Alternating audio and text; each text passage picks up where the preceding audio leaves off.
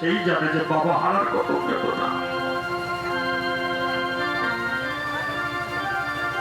একটু দেরি করে আমি তো পাশের ঘরে থাকি, একটু দেরি করে ঘুম থেকে উঠতে গেলে গান করে বাজিয়ে থাকতো।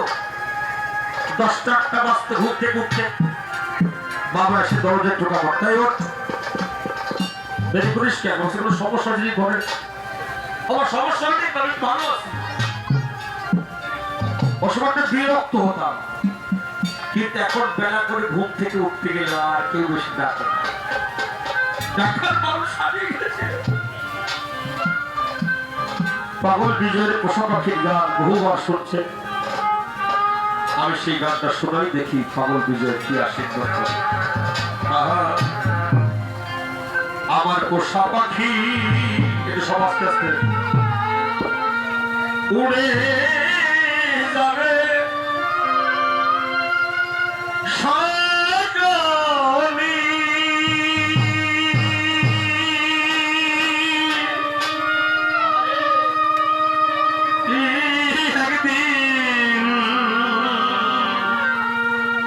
একদিন ভাবি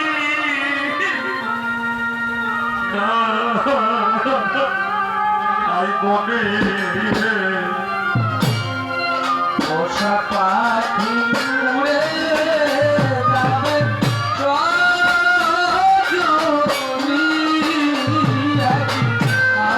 আমি না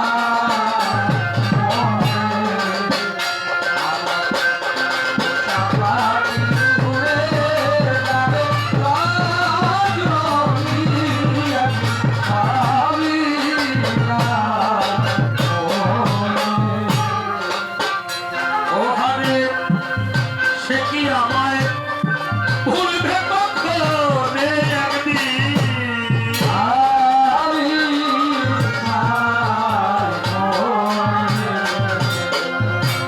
পোষা পাখি উড়ে যাবে সজনী, আমি না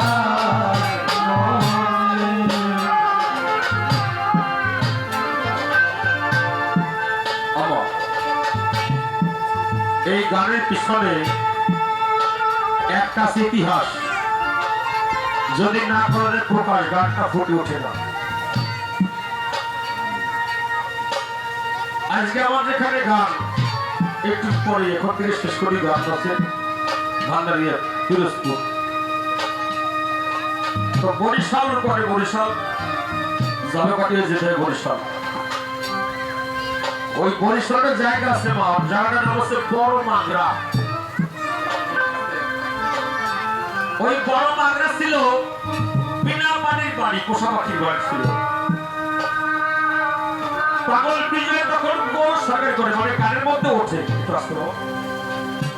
তা পাগল বিজয় উনি বাইরে বেরিয়েছে, একটা ফাঁকা বেঞ্চ, ওই বেঞ্চের এক পাশে পাগল বিজয় আর এক পাশটা ফাঁকা আছে। ওই যে পোষা পাখি বাবু, ওই পোষা পাখি ওই ফাঁকা জায়গায় গিয়ে বসছে।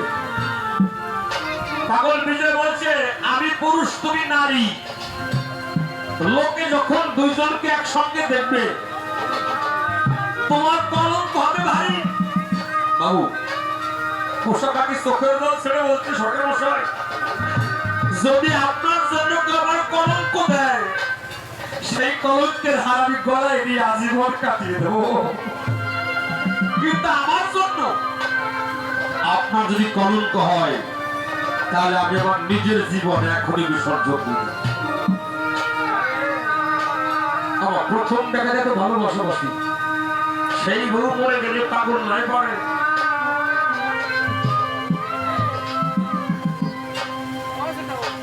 আপনি কি বিয়ে করেছেন? পাগল বিজয় বলছেন না। পোষা পাখি বলছেন, এই অভাগিনী আপনাকে পতিরূপে স্বীকার করল, আপনি আমার পতি পতি পতি। পাগল বিজয় জানতেন সাদা মানে আদালত, আর মেয়েটা কালো, তো নদীর জল ঘোলা ভালো জাতের মেয়ে, কালো ভালো যায়। হরি বল হরি বল। নকশি কথা গাবো গাবো গাবো। বাবু সাদা মানে আধা লাভ, আর নদীর জল ঘোলা বলো তাতে মেয়ে কালো বলো। জয় হরি বলো, হরি বলো।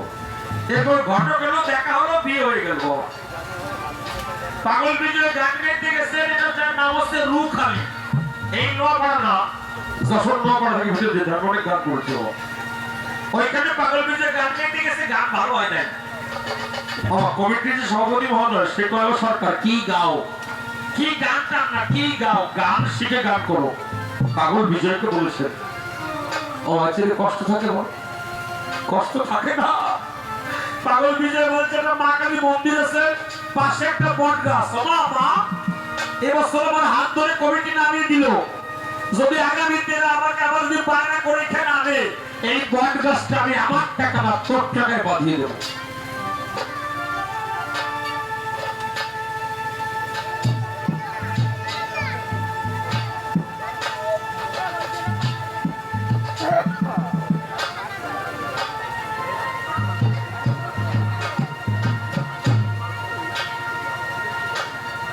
আমি এই পরিচয় আমার যখন এই কথা পাগল বলেছিল, পাগল বিজয় বলো মা এই বট গাছটা আমি আমার টাকা না তোর টাকায় বাঁধিয়ে দেবো। পরের বছর পাগল বিজয়ের বায়না করছিল ওইখানে। পাগল বিজয়ের হাত ধরে নামায় তিনি উনি বাড়ি গেছে। ওই যে বউ, ওই বউরে বলছে ও জানো আজকে না কমিটি আমার হাত ধরে নামিয়ে দিয়েছে। পোষা পাখি শুনেও শুনলেন না, কেননা আপন ভজনের কথা না কইবে যথাযথ। একদিন পাগল বিজয় দেখতে পায় পোষা পাখি ঘরে নাই।